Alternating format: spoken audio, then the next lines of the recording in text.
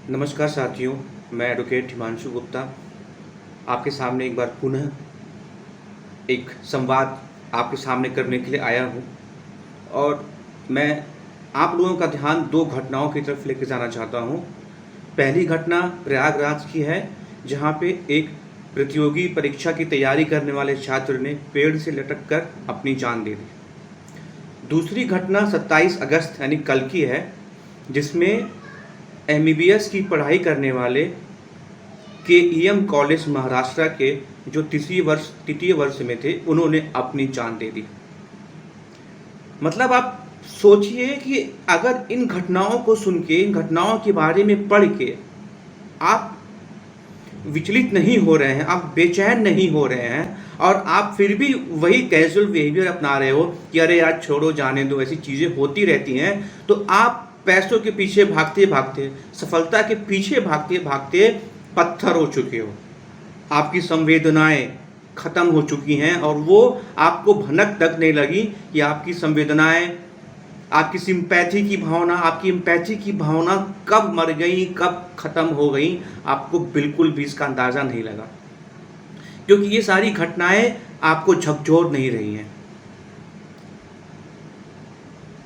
मेरे साथियों, हमें अपने मेंटल हेल्थ के बारे में बात करनी पड़ेगी, हमें अपनी मानसिक स्थिति के बारे में बात करनी पड़ेगी, हमें अपने साथ बैठना पड़ेगा, हमें अपने साथ बैठ करके अपना आकलन करना पड़ेगा, अपने स्वयं का आकलन। आखिर हम ऐसे कैसे होते जा रहे हैं? ये सारी घटनाएं हमें झकझोर क्यों नहीं रही हैं?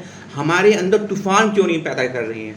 हमें वो उत्सुकता क्यों नहीं हो रहा है कि आखिर इन सब के पीछे क्या रीज़न हो सकता है, इन सब के पीछे क्या कारण होगा? ये कह के हर बात को टाला जाता है कि एक छात्र डिप्रेशन में था और उसने आत्महत्या किया। मतलब आप सोच सकते हैं, एक डिप्रेशन शब्द की आड़ में समाज का क्या दायित्व है, परिवार का क्या दायित्व है, हम वो सबको उस सिरे से नकार देते हैं। हम अपने दायित्व को, हम अपनी लायबिलिटीज़ को इतनी आसानी से त्याग देते हैं, सिर्फ ये कह के कि जो बंदा मरा है उसने इसलिए आत्महत्या किया है क्योंकि वो डिप्रेशन में था। यार, हमने कभी उसकी मानसिक स्थिति को जानने की कोशिश की है कि हमने अपने दायित्व को सही तरीके से निभाया है? अगर ये निभाया होता तो क्या ये कंडीशन उस बच्चे के सामने आती? हम ये सवाल खुद से क्यों नहीं पूछ पाते हैं? क्या हम उस दिन का वेट कर रहे हैं जब ऐसी घटनाएं हमारे घर में होंगी या हमारे साथ ऐसी होंगी? आखिर क्यों हम नहीं इस चीज़ से रूबरू हो पा रहे हैं कि ये घटनाएं हमें झकझोर देनी चाहिए, हमें इस बारे में खुलकर बात करनी चाहिए?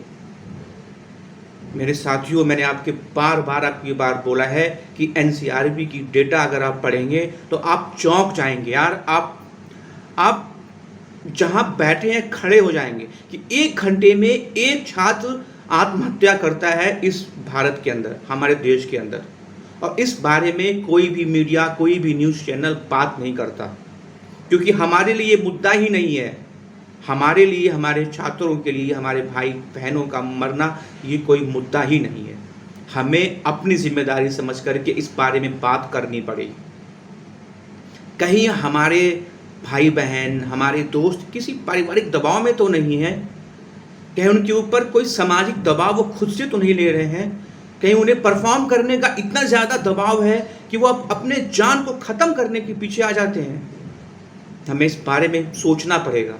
आप सोचिए, एक नीट एग्ज़ाम में टॉपर बंदा जो तीसरे वर्ष में है, उसने आत्महत्या करना चुना।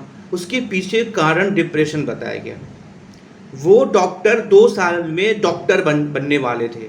2 साल में उनके सामने एक उज्जवल भविष्य था, फिर भी उन्होंने आत्महत्या करना चुना। उनकी मानसिक स्थिति इतनी कमज़ोर हो चुकी थी कि वो खुद को संभाल नहीं पाए। हमें मेंटल हेल्थ के बारे में, अपनी मानसिक स्थिति के बारे में बात करना पड़ेगा। हमें आस-पास ये देखना पड़ेगा कि कहीं जिनको हम जानते हैं, जो हमारे करीब हैं, उनकी मानसिक स्थिति इतनी बिगड़ तो नहीं गई है? कहीं वो इतने कमज़ोर तो नहीं हो गए हैं? कहीं वो हमसे इतना डर तो नहीं गए हैं कि हमसे अपने दिल की बात खुल करके कह नहीं पा रहे? कहीं वो हमारी बातों से दबाव में तो नहीं है? या कहीं हम अपने सपनों का दबाव उनके ऊपर इतना ज़्यादा दे रहे हैं कि वो उसको सह नहीं पा रहे हैं? साथियों, इस बारे में हमें बात करनी ही पड़ेगी। इस मुद्दे को हमें गंभीरता से लेना पड़ेगा। मत प्रेशर दो यार बच्चों को, मत दो प्रेशर कि उन्हें क्या बनना है, उन्हें क्या करना है। खेलने कूदने दो यार, उन्हें जो मर्जी करने दो। वो सफल होते हैं, उनको ताने मत मारो। आप सफल हो चुके हो, आपके पास पैसा है, धन दौलत, परिवार है, उन्हें भी तो वो चीज़ें करने का मौका दो कि आप अपने सपने को लेकर के, अपने फेलियर को लेकर के उन्हें बलि का बकरा मत बनाओ, मत दबाव दो उन्हें कि वो आपका सपना पूरा करने में अपनी जान की आहुति दे दें।